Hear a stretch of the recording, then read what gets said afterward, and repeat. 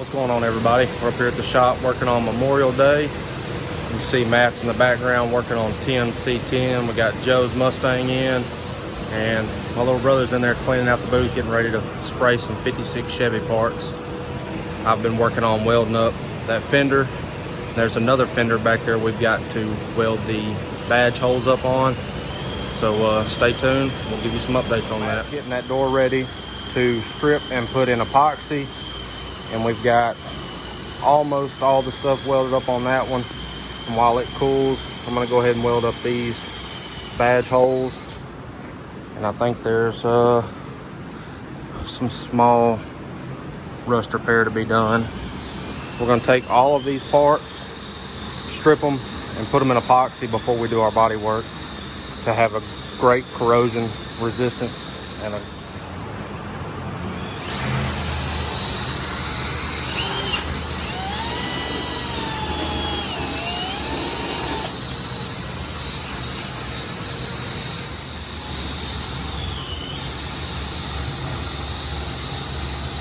I'm just cleaning these holes out so that there's nothing, on the panel substrate to affect our weld. You want clean metal before you do any kind of welding.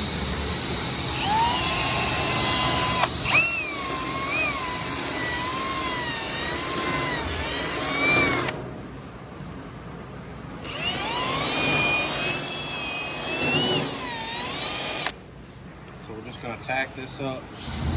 We'll make a small circle with our tacks. You don't want to weld this up in one pass, or you'll have warped metal everywhere you weld it.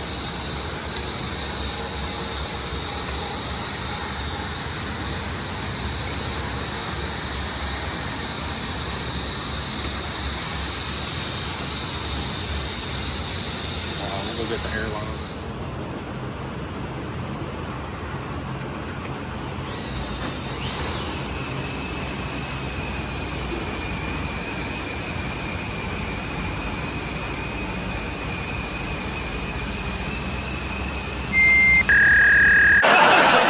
Okay, well, are you sure that it's plugged in?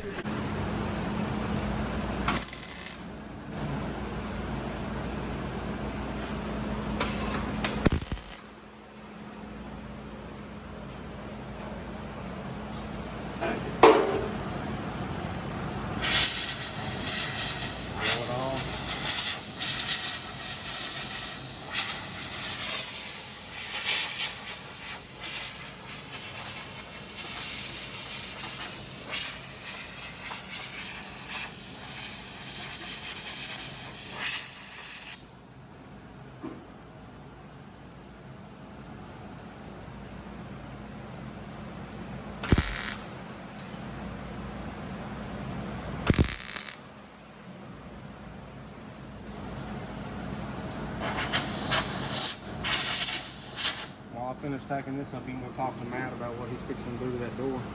Let them know. What you got going on over here, Matt? Taking off all that double-sided tape.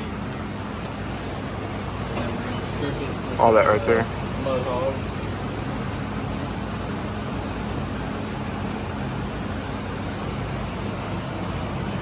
Is that what that is right there? Yeah, use this for the wheel. Get all that off. It's coming along. We're good. We're gonna have to get the belt sander out and grind that flat. A lot of guys will use a die grinder, which there's nothing wrong with it. But you tend to get in this area around your weld too much. I like a belt sander because it's more.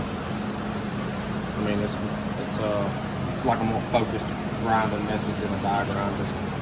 So we'll grind these down, see where any pits may be, because more times than not, most people grind it flush, call it good, but any pit or anything like that, you need to really weld up, because it's just a spot for moisture.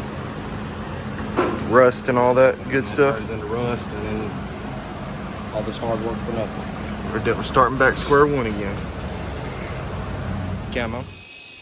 Alright guys, so what you're seeing right here is Matt use an orbital, what would be a buffer, but with a sticky back pad on it with some 80 grit, and it's turned down quite a bit, and we're using this in place of what would be like a Bondo hog or a DA.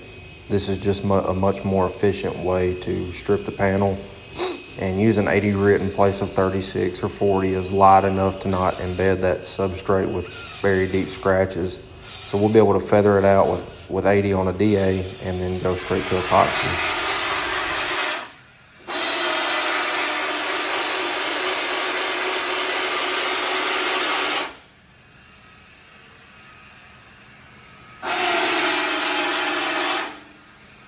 Small pit, maybe right there in that top corner.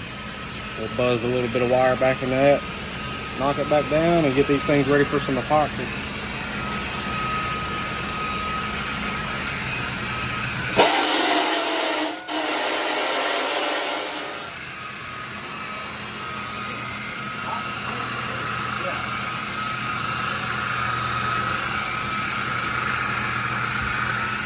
Trying something new today.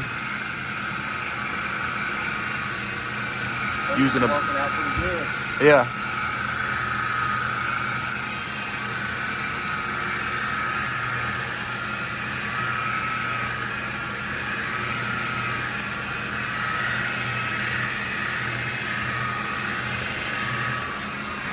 Come over here and I'll show you what I'll do. This was hidden by the weld. So what I did was I grind it down with a belt grinder, and then it revealed that there's still a hole there, so we're gonna have to tack it back up. Otherwise, that'd be just a spot for moisture to get through, and it would be incomplete. We'll use Joe's car as a catch-all today.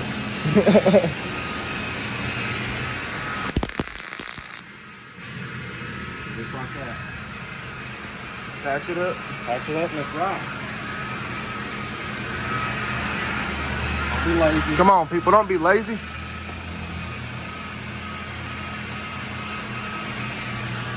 We'd like to get those doors in epoxy, get Joe's new injectors put in.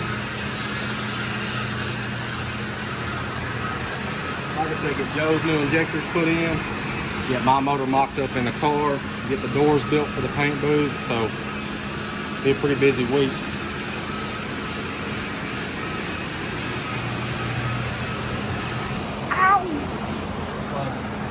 Nah, whatever.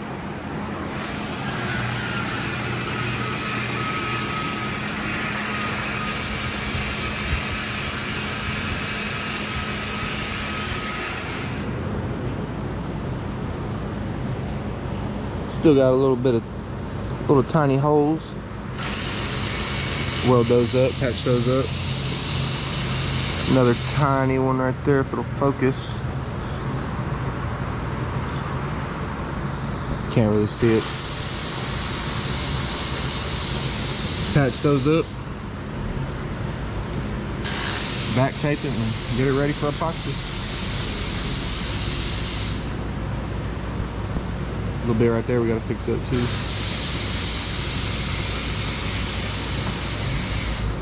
Probably touch that up a little bit.